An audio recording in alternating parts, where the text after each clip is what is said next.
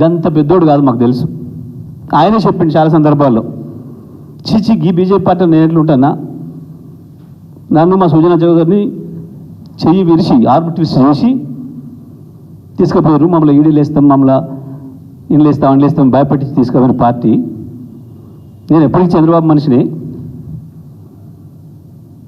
మా అభిమాన నాయకుడు చంద్రబాబు తప్ప ఇది కాదు లేదు పేరుకుంటున్నా. కానీ అందులో భౌతికంగా అందులో ఉన్నాడు, ఆత్మ చంద్రబాబు దగ్గర ఉంటుంది. చంద్రబాబు శిష్యుడు రేవంత్ కాబట్టి ఇటు కూడా సగం ఆత్మను ఇచ్చిండు.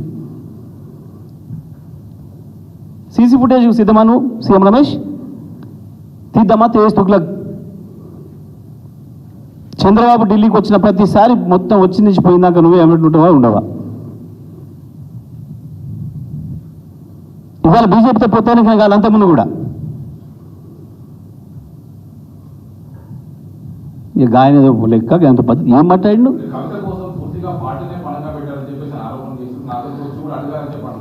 ఇక అంత మించిన వెర్రి మాట ఇంకోటి ఉండదు. కవిత జైలుకి పోతే ఈయన బెయిల్ ఇప్పిస్తాడనట. నవ్వుకోరా ఎవడున్నా, అసలు తలకాయకి బోడుగుండికి లింక్ అంటారు కదా.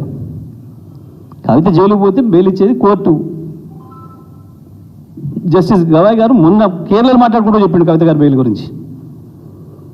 బెయిల్ న్యాయబద్ధమైంది, చట్టబద్ధమైంది, అందుకే బెయిల్ ఇచ్చిన అనే మాట చాలా స్పష్టంగా చెప్పిండు.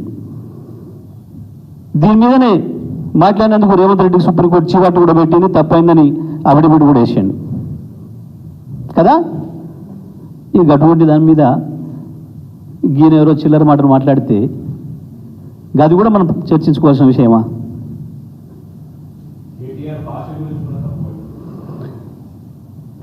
కేటీఆర్ భాషలో ఒక అక్షరం ఏమైనా తప్పుండేనా? ఏంటి అసలు ఇష్యూ? ఇప్పుడు చాలా స్పష్టంగా కేటీఆర్ గారు 10,000 కోట్లు లేని భూమిని ఉన్నట్టు చూపించి దొంగ పత్రాలు పెట్టి తాకట్టు పెట్టి 10,000 కోట్లు తీసుకొచ్చారు యూనివర్సిటీ భూముల్ని. దీంట్లో ఒక ఎంపీ, బీజేపీకి సంబంధించిన ఒక ఎంపీ రాయబారం చేసిండు. తప్పకుండా దాని సందర్భం వచ్చినప్పుడు బయట పెడతా అని చెప్పిండు కదా మీ అందరి సాక్షిగా. కేటీఆర్ ఇవాళ మాట్లాడలేదు కదా. అక్కడ అప్పుడు మాట్లాడిన భాషలో ఏమన్నా మీకు ఏమైనా తప్పు అనిపించిందా? నిన్న ఇది బయటపడంగానే ఇగో నేను చెప్పింది ఇది, 10,000 కోట్ల లోన్ ఆయనకి ఇప్పించినందుకు 1,650 కోట్లు ఈయనకి ఇచ్చిండు, తెలంగాణ పైసలు తీసుకుపోయి ఎంపీకి అని చెప్పి చెప్పండి. అందులో కేటీఆర్ గారు ఉపయోగించిన భాషలో ఏమైనా ఒక అక్షరం తప్పు కనపడదు ఎవరికైనా? ఏముంది? ఇది ఒక పథకం ప్రకారం బీజేపీ, రేవంత్ రెడ్డి, చంద్రబాబు ముగ్గురు కలిసి ఆడుతున్న నాటకంలో భాగంగా ఇవి పుడుతున్నాయి. బీజేపీ ఎంత తాపత్రయపడ్డా, ఎంత ఎరలేసినా, చంద్రబాబు బీజేపీలో తోలుబొమ్మ రేవంత్ రెడ్డి ఇక్కడ ఎన్ని డ్రామాలు వేసినా, ఎన్ని కుప్పిగంతులు వేసినా కేసీఆర్ను ఉంచలేరు. కేసీఆర్ తెలంగాణ ఆత్మగౌరవ ప్రతీక. తెలంగాణ ఆత్మగౌరవం విషయంలో ఎప్పుడు రాజీ పడలే, ఎప్పుడు పడదు. వీళ్ళు చిల్లర వేషాలు ఎందుకు వస్తున్నాయి ఇవన్నీ కూడా ఆలోచించుకోవాలి ప్రజలు. మళ్ళీ మొదలైంది భయం. అక్కడ మోడీ విఫలమవుతున్నాడు, అటు చంద్రబాబు విఫలమవుతున్నాడు, ఇక్కడ ఈ తొలిబొమ్మకి ఏమో నడిపి వస్తలేదు ప్రభుత్వాన్ని. మళ్ళీ కేసీఆర్ పేరు వినబడుతుంది. ఒక తెలంగాణలోనే కాదు, నేను ఇవాళ చెప్పడంలో మీకు చాలా సందర్భంలో కూడా చెప్పాను. నేను కేసీఆర్ కేవలం తెలంగాణలోని కాదు, భారతదేశ ప్రభుత్వాన్ని నడపడంలో కూడా కీలకమవుతారు రేపు. ఇది భయం మొదలైంది మోడీ చంద్రబాబు ద్వయానికి. చంద్రబాబు మాట్లాడే మాటల్లో ఏదో యథాలాభంగా మాట్లాడుతున్న మాటలు కాదు. ఆంధ్రప్రదేశ్ మహానాడులో చంద్రబాబు మాట్లాడిన మాటలు, తెలంగాణ తలసరి ఆదాయం పెరిగింది కానీ నేను కారణం అన్న మాటలు ఉత్తగా మాట్లాడలే. ఎందుకు అంటే ఇవాళ దేశం మొత్తం మళ్ళీ కేసీఆర్ పైన చర్చ జరుగుతుంది. మొత్తం ప్రపంచ ఆర్థిక వ్యవస్థలు కుప్పకూలిపోయిన నాడు, కరోనా వచ్చినాడు కూడా నిలువుగా నిటారుగా నిలబడిన ఏకైక ఆర్థిక వ్యవస్థ తెలంగాణ ఆర్థిక వ్యవస్థ. దాన్ని అంత గొప్పగా నిలబెట్టగలిగిన నాయకుడు కేసీఆర్ అనే సంగతి ప్రపంచానికి తెలుసు. ఇవాళ జరుగుతున్న పరిణామాలు మళ్ళీ కేసీఆర్ను గుర్తు చేస్తున్నాయి ఈ రాష్ట్రానికి, ఈ దేశానికి. రాహుల్ గాంధీ దగ్గర విషయం లేదన్న సంగతి మోడీకి ఎప్పుడు అర్థమైంది? మోడీ కాడ విషయం లేదని మొన్న రాహుల్కి అర్థమైందట, కానీ 2 సార్లు కలిసి మాట్లాడినాక అర్థమైందట. కానీ రాహుల్ కాడ విషయం లేదనే సంగతి ఈ ప్రపంచానికి ఎప్పుడు అర్థమైంది, ఈ దేశానికి ఎప్పుడు అర్థమైంది? 2004లో అర్థమైంది, 2009లో అర్థమైంది. పార్టీ అధ్యక్ష పదవి కూడా రాజీనామా చేసి తోలే బస్సును మధ్యలో వదిలిపెట్టి స్టీరింగ్ వదిలిపెట్టిపోయిన రోజు కూడా అర్థమైంది. ఈ ఇద్దరి దగ్గర విషయం లేదనే సంగతి ప్రపంచానికి తెలిసిపోతుంది. ఇవాళ మళ్ళీ వస్తే గీస్తే తెలంగాణ కాదు, భారతదేశంలో కేసీఆర్ కనబడుతున్నాడు రేపు తప్పకుండా. మీరు ఏదైతే సంతోషపడ్డారో తాత్కాలికంగా 4 రోజులు కేసీఆర్ మహారాష్ట్ర పోతున్నాడు, ఏమైంది, కేసీఆర్ కర్ణాటక పోతున్నాడు, కేసీఆర్ వస్తాడు తప్పకుండా, గుజరాత్ కూడా వస్తాడనే సంగతి తెలుసు వాళ్ళకి. ఒక కర్ణాటక మహారాష్ట్రలే కాదు, వాటిని దాటుకొని గుజరాత్ కూడా చేరుతాడనే సంగతి తెలుసు. అందుకే ఈ చిల్లర రాతలు, చిల్లర మాటలు. టీఆర్ఎస్ను బీజేపీలో విలీనం చేయడం కాదు, బీజేపీ వచ్చి ఇక్కడికి వచ్చి కలుపుతానన్నా ఒప్పుకోడు KCR. That is KCR, that is BRS.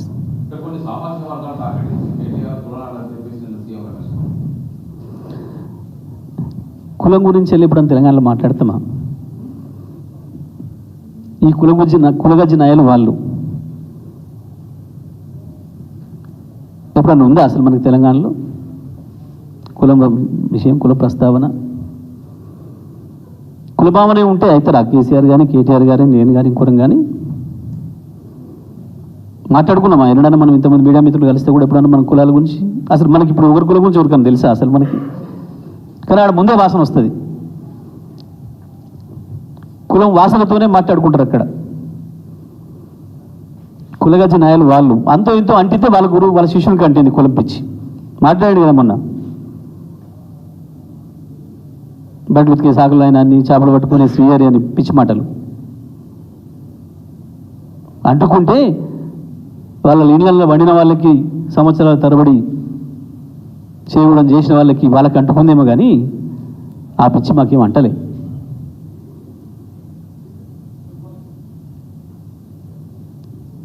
ఇవన్నీ వాళ్ళకుండే గజ్జులు అవన్నీ కూడా అవి రావు ఇప్పటికి తెలంగాణకు అంటావు. మా స్థాయికి రానే రావు ఆ చర్చలు.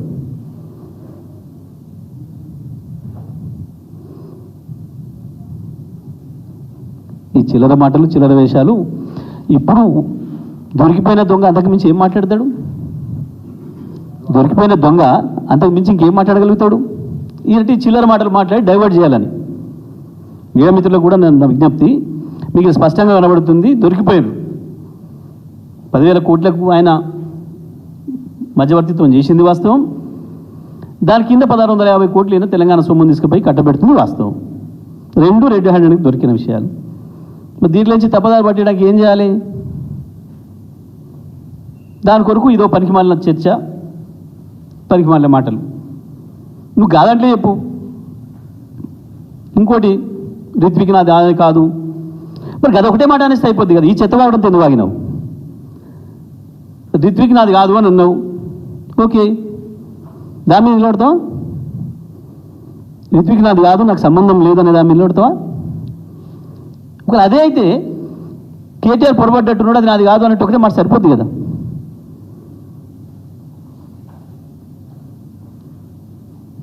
ఎందుకు ఇంత తిప్పలు పడ్డావు? చంద్రబాబు నాయుడు ఆఫీస్ నుంచి, రేవంత్ రెడ్డి ఆఫీస్ నుంచి తెప్పించుకొని రాసిన ఎన్ని కూర్చొని చదవడానికి ఎందుకు అంత తిప్పలు పడ్డావు? భుజాలు తడుకునే ప్రయత్నం.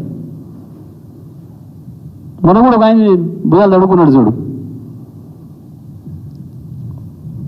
నేను ఒక మాట అనగానే ఎవరు తడుకుంటాడు భుజాలు? దొంగతనం చేసినవాడు తడుకుంటాడు భుజాలు, దొరికిపోయిన వాడు చదువుకుంటాడు, భుజాలు తడుకుంటాడు దొరికిపోయిన వాడు.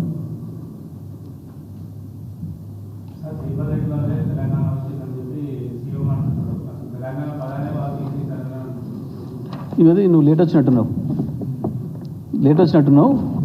జైపాల్ రెడ్డి గారి గురించి వెళ్ళి రేవంత్ రెడ్డి గారు మాట్లాడిన మాట. జైపాల్ రెడ్డి జీవితంలో ఎన్నడూ తెలంగాణ ఉద్యమంలో పాల్గొనలే, తెలంగాణ కొరకు పనిచేయలేని చెప్పిన ఇదే రేవంత్ రెడ్డి గారు ఇవాళ పాపం జైపాల్ రెడ్డి గారు లేరు కదా, నేనేం మాట్లాడినా మర్చిపోతుంది, లేదా ఇవాళ జైపాల్ రెడ్డి గారికి ఏమన్నా ఇంత మంచి పేరు ఉంటే దాన్ని నా ఖాతాలు వేసుకోవచ్చు. నేను అందుకే చెప్పిన పాపం జైపాల్ రెడ్డి గారు బతుకుంటే ఆత్మహత్య చేసుకునేది పక్కన పెట్టి పాత సామెత. ఇప్పుడు ఈ మాటలు ఏంటంటే జైపాల్ రెడ్డి గారి ఆత్మ కూడా ఆత్మహత్య చేసుకుంటుంది. ఎందుకంటే ఇప్పుడు సింపుల్, మనల్ని ఎవరైనా మెచ్చుకోవాలని ఎవరిని కోరుకుంటాం? మనం చదువు చెప్పిన గురువును, మనకంటే పెద్దవాళ్ళని, మన అమ్మ నాయన మనం మెచ్చుకుంటే సంతోషపడతాం. మనకంటే పెద్ద నాయకుడు ఒకవేళ మనం మెచ్చుకుంటే సంతోషపడతాం. ఒక దొంగోడో, ఒక కూనికోరో, ఒక రేపిస్టో, మావాడే మా ఫ్రెండ్ అని నీ గురించి చెప్పిండు అనుకో, ఒప్పుకుంటావా? చూసి వాడు నాకెవరికను? అట్లా జైపాల్ రెడ్డి గారు కూడా పాపం ఇప్పుడు ఈ మాటలు వింటే ఆయన ఆత్మహత్య చేసుకుంటుంది. ఏం చెప్తున్నా నేను, గీంతో నేప ఊడించుకుండేది అని ఆయనకంత చీప చూసేది. నేను ఆయన పేరు వస్తేనే చిచి అని అనేటోడు. ఇట్లా అది ఈయనకున్న స్థాయి జైపాల్ రెడ్డి గారి దగ్గర.